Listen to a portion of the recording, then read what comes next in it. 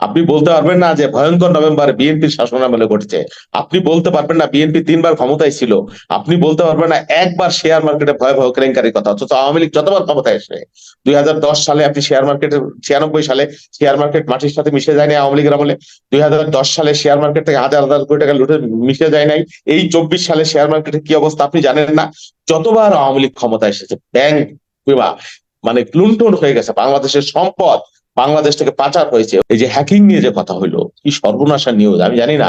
আমি মামুন ভাইয়ের মতোই বলি যে আমি চাই যে এই নিউজ সত্য না হোক। এমনিতেই ব্যাংক নিয়ে আর্থিক খাত নিয়ে যে উদ্বেগের খবর আমরা অনেকদিন যাবত দেখছি, অবশ্যই এটা অবশ্যম্ভাবী ছিল দীর্ঘদিন যাবত, যে ক্ষয়িষ্ণু ভুল নীতি এবং লুটের অর্থনীতির কারণে এর পরিণতিতে এখানে আসবে, সেটা সেটা তো নির্ধারিতই ছিল। অর্থনীতিবিদরা বলছেন, যারা বিএনপি করেন না এরাও বলছেন। অনেকগুলো কথা এসছে। সিদ্দিক ভাই বলছিলেন যে কি আমরা যে মামলা এগুলো আমাদের সব বানানো, কি লক্ষ লক্ষ না। এখন গুইনে গুইনে সিদ্দিক ভাইয়ের কাছে আমার মত জাগাইতো, তো আমি ওইভাবে একবার আমরা এটা পরিসংখ্যান করেছিলাম তখন 94,000, সেটা আরো অনেক আগে। এই যে দেখেন, আমি আমার মতো একজন মানুষ, নির্বিবাদী মানুষ, সারা জীবন রাজনীতি করি, 38 বছর হয়ে গেছে আমার রাজনীতির বয়স। আমি যখন ইন্টারমিডিয়েট ফার্স্ট ইয়ারে পড়ি, ঢাকা বিশ্ববিদ্যালয়ে পড়েছি, কোনোদিন কারোর সাথে বিবাদে জড়িয়েছি, কারো রক্তচক্ষু দেখিয়েছি, কাউকে একটা মামলা দিয়েছি, ক্ষমতায় ছিলাম, কাউকে একটা চড় থাপ্পড় দিয়েছি, এই রেকর্ড নাই। আর এই ধ্বংসাত্মক রাজনীতির প্রশ্নই আসে না। আমার মতো মানুষ 128টা মামলা নিয়ে আমাকে জীবনযাপন করতে হয়, বারবার কারাগারে যেতে হয়, মামলার ভয়ে লুকিয়ে থাকতে হয়, আত্মগোপনে থাকতে হয়। বলেন, এই রাষ্ট্রের জন্য কি আমাদের পূর্বপুরুষ লড়াই করেছিল? এই রাষ্ট্র সমাজ সিদ্দিক ভাই যেভাবে সরলীকরণ করে বললেন, মির্জা আলমগীরের মতো লোক, সব বাদ দেন আপনি।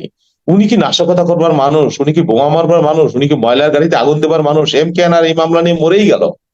এই রাষ্ট্র সমাজের জন্য, হ্যাঁ বিএনপির আমলেও হয়েছে হয়তো মামলা, কিন্তু এইভাবে দলের চেয়ারম্যান, দ্বিতীয় প্রধান, তৃতীয় প্রধান, মহাসচিব একবার কি জেলে গেছে আওয়ামী লীগের হলে? পার্থক্যটাই, আব্দুল জলিল সাহেব ট্রাম্প কার্ডও ঘোষণা করলেন, তার বিরুদ্ধে কেউ টিকিটিও তার খুঁজতে যায় নাই কিন্তু বিএনপির শাসনের সময়। এটাই হলো আওয়ামী লীগের মৌলিক পার্থক্য, আওয়ামী লীগ আর বিএনপির। দেখেন, এই যে হ্যাকিং নিয়ে যে কথা হইলো, কি সর্বনাশা নিউজ আমি জানি না। আমি মামুন ভাইয়ের মতোই বলি যে আমি চাই যে এই নিউজ সত্য না হোক। এমনিতেই ব্যাংক নিয়ে আর্থিক খাত নিয়ে যে উদ্বেগের খবর আমরা অনেকদিন যাবত দেখছি, অবশ্যই এটা অবশ্যম্ভাবী ছিল দীর্ঘদিন যাবত, যে ক্ষয়িষ্ণু ভুল নীতি এবং লুটের অর্থনীতির কারণে এর পরিণতিতে এখানে আসবে, সেটা সেটা তো নির্ধারিতই ছিল। অর্থনীতিবিদরা বলছেন, যারা বিএনপি করেন না এরাও বলছেন। আপনি চিন্তা করতে পারবেন, এই গতবার যখন হ্যাকিং হলো, এটা নজিরবিহীন ঘটনা, বাংলায় সেটাকে গোপন রাখা হলো। এর জন্য কি তৎকালীন গভর্নর আতিউর রহমানকে কেউ জবাবদিহিতা করতে বলছে? কেউ? তৎকালীন সময়ে 4জন ডেপুটি গভর্নরের নাম আসলো একে কেন্দ্র করে। শুধু এই ডেপুটি গভর্নরের সাথে জড়িত না, এর পিছনে রাষ্ট্রের রাঘব বোয়ালরা জড়িত, কেউ কি জিজ্ঞাসা করেছে? আপনি ইউনুসের পিছনে দুদক লেলিয়ে দেন, আপনি খালেদা জিয়ার 2 কোটি টাকার দুর্নীতির জন্য তাকে আপনি জেল কাটাচ্ছেন দিনের পর দিন, মাসের পর মাস, একটা মৃত্যুর সাথে লড়াই করছে একজন নারী, একজন সিটিজেন। এই যে প্রতিহিংসা, পার্থক্যটা তো এখানে। এইবারের যে খবরটা, এই খবর মিথ্যা হোক সেটাই আমরা চাই। মামুন ভাই যে খবরটা আমাকে দিল, আমি সার্কামস্টেন্সিয়াল এভিডেন্সের কথা বলছিলাম, যে 150 মতো কর্মচারী কর্মকর্তা পদত্যাগ করে চলে গেল, এবং এই দেবপ্রিয় ভট্টাচার্যের মতো লোক, এই ফরাসুদ্দিনের মতো লোক যে বলছে বাংলাদেশ ব্যাংকের কি হয়েছে, গতকাল আবার পিটার ডি হাস ওই বাংলাদেশ ব্যাংকে চলে গেছে, কি কারণে গেছে আমরা জানি না। হ্যাঁ হ্যাঁ, কি কারণে কি কারণে তাকে, গেছে? এটা কি ইন্টারেস্টিং ঘটনা। কারণে তাকে ওখানে যেতে দেওয়া হলো জানি না। কেউ কেউ এটা বলছে যে ওখানে ফসিল, বাংলাদেশের অর্থনীতি সিস্টেমের যে ফসিল সেটা উদ্ধার করতে গেছে, সেটা নিয়ে নিউ ইয়র্কের উনি ইসে রাখবে, জাদুঘরে রাখবে। আমরা কিছুই জানি না, রাষ্ট্রের মানুষ কিছুই জানে না। আগের বারের ঘটনা জানি না, এইবারের ঘটনা সত্য কি মিথ্যা তাও জানি না। এই যে বিদেশের পত্রিকা আমি দেখলাম, এই পত্রিকার বিরুদ্ধে মিথ্যা হয়, পত্রিকার বিরুদ্ধে ব্যবস্থা, আমার বিরুদ্ধে নিয়েন না দয়া করে। আমি আমার পক্ষ থেকে কিছু বলছি না, এই পত্রিকার রেফারেন্স হিসেবে বলছি যে আমার দেশের মিডিয়া জানে না। মিথ্যা হলে ঠিক আছে, মিথ্যা। সম্পর্কের আমরা ভিত্তিতে ভারত পত্রিকার সূত্র বাংলাদেশ, ধরেই কথা বলছি, কারণ পত্রিকা তো একটা আমরা পত্রিকার সূত্র ধরে কথা বলছি, নিজের থেকে কিছু বলছি না। এই ঘটনা যদি সত্য হয়ে থাকে, তাহলে তো বাংলাদেশের সর্বনাশ হয়ে যাবে। এবং কারা হ্যাকিং, তৎকালীন হ্যাকিং এর সময় শ্রীলঙ্কা, ফিলিপাইনের কারা কারা ছিল, এখন শুনছি যে ভারতের হ্যাকিং গ্রুপের সাথে জড়িত হয়ে গেছে। ভারতকে আমাদের সরকারের ভাষায় তাদের একেবারে শাশ্বত বন্ধু, স্বামী স্ত্রীর মতো সম্পর্ক, এবং ওনরা বলছে যে তারা সহযোগিতা না করলে আমাদের সরকার ভোট করতে পারতো না, তারা দিল্লি আছে আমরা আছি। তাহলে তারাদের হ্যাকাররা যদি নিয়ে যায়, সে গোপনের কি আছে? এবং এই হ্যাকিং এর সাথে এই যে ডেপুটি গভর্নরদের নাম আসলো, তাদেরকে কেউ আওতায় আনলো না, জিজ্ঞাসাবাদ করলো না, তাহলে শুধু ডেপুটি গভর্নর? নিশ্চয়ই যে আব্দুল হাই বাচ্চুকে কেউ টিকিট স্পর্শ করতে পারে না, ও কি টাকা একা খেয়েছে? এই যে এসালম গ্রুপের কথা আমরা বলি, 30,000 কোটি টাকা পাচার করে দিছে ইসলামী ব্যাংক গুলা, 13,000 কোটি টাকার সম্পদ হানি হয়েছে 1 মাসে। এই টাকা কি শুধু এসালমের?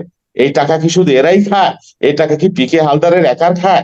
না এর পিছনে একটা দৈত্য আছে, সেই দৈত্যকে, এই যে হ্যাকিং যদি হয়ে থাকে, আমরা বিশ্বাস করি বাংলাদেশের মানুষের জানার অধিকার আছে যে এই হ্যাকিং এর পিছনে বাংলাদেশ রাষ্ট্রের রাজউপাল কে কে জড়িত আছে, এর সুনিপুণ তদন্ত। আগের বার যেমন গোজামিল দেওয়া হয়েছে, আমরা চাই এইবার যদি অনাকাঙ্ক্ষিত আল্লাহর চাক না হোক, যদি হয়ে থাকে, এর প্রত্যেকটা বিষয় কারা কারা জড়িত, দেশের বাইরের, ভারতের, বাংলাদেশের, বা বাংলাদেশের সরকারের কোন রাঘব বোয়াল এর পিছনে আছে, এর ভাগ খেয়েছে, বা এর সাথে জড়িত ষড়যন্ত্রকারী, এই বিষয়গুলি বাংলাদেশের মানুষের জানতে এই কারণে যেহেতু আগের ঘটনার কোন ধরনের আমরা সুস্থ তদন্ত রিপোর্ট আমরা দেখিনি, আমরা জানি না, সুস্পষ্ট তদন্ত প্রতিবেদন কিন্তু আমরা জানি না, সব টাকাও কিন্তু ফেরত আসে না। এই কারণে আপনি মনে করছেন আর একটা কথা হলো, বারবার একটা দেশের কেন্দ্রীয় ব্যাংক, অত্যন্ত সুরক্ষিত ব্যাংক, সেই ব্যাংকে বারবার যদি এই ধরনের ঘটনা ঘটে, আপনি কি বলবেন? এই রাষ্ট্র হয়ে যাবার জন্য, অধপতিত হবার জন্য, নিঃশেষ করে দেওয়ার জন্য যা যা করার সব কিন্তু করা হয়েছে।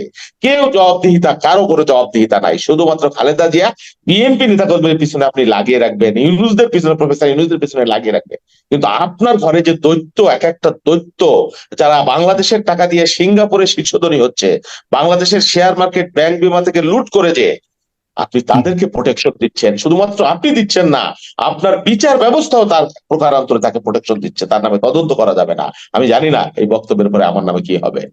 আমি আমি দুঃখিত, আমি আসলে আলোচনা আর দীর্ঘ করতে পারছি না।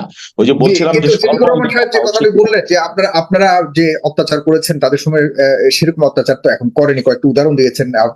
আপনাদের সময় তাদের অনেক শীর্ষ নেতাদেরকে হত্যা পর্যন্ত করেছেন। আচ্ছা, এই যে উনি 21শে আগস্টের কথা বলে বারবার, আওয়ামী লীগ আলোচনা শুরু হইলেই 21শে আগস্ট নিয়ে অনেক, এইটা আপনি ডিটেলস একটা চ্যাপ্টারই আলোচনা করতে পারেন। সংক্ষেপে বলবো, আমরা মানে 3 ঘন্টা নোটিশে নিয়ে চলে গেল, তারপরে তারেক রহমানকে কিভাবে জড়াইলো, একজন অবসরপ্রাপ্ত আব্দুল কাহার আখন্দকে আনলো, তারপরে মুফতি হান্নানকে ধরে বারবার রিমান্ডে নিয়ে তার পায়ে নখ উপড়ে ফেললো, অসংখ্য ঘটনা।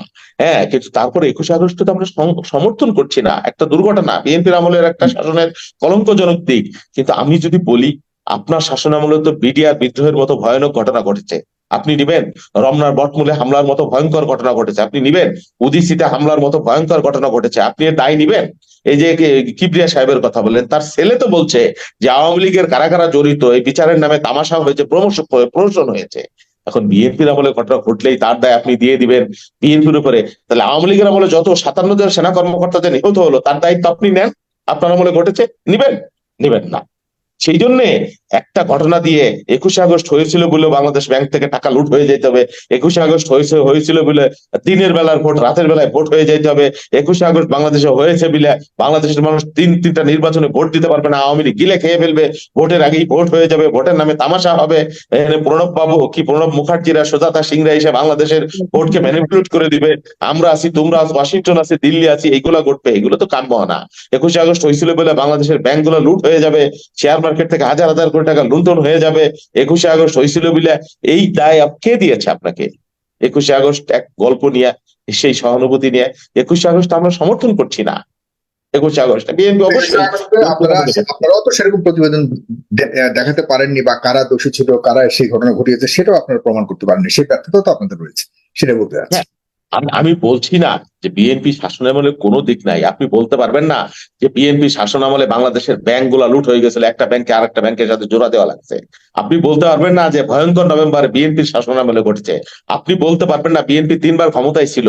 আপনি বলতে পারবেন না একবার শেয়ার মার্কেটে ভয়াবহ কেলেঙ্কারির কথা, অথচ আওয়ামী লীগ যতবার ক্ষমতায় এসে 2010 সালে আপনি শেয়ার মার্কেটের, 96 সালে শেয়ার মার্কেট মাটির সাথে মিশে যায়নি আওয়ামী লীগের আমলে, 2010 সালে শেয়ার মার্কেট থেকে হাজার হাজার কোটি টাকা লুটে মিশে যায় নাই, এই 24 সালে শেয়ার মার্কেটের কি অবস্থা আপনি জানেন না?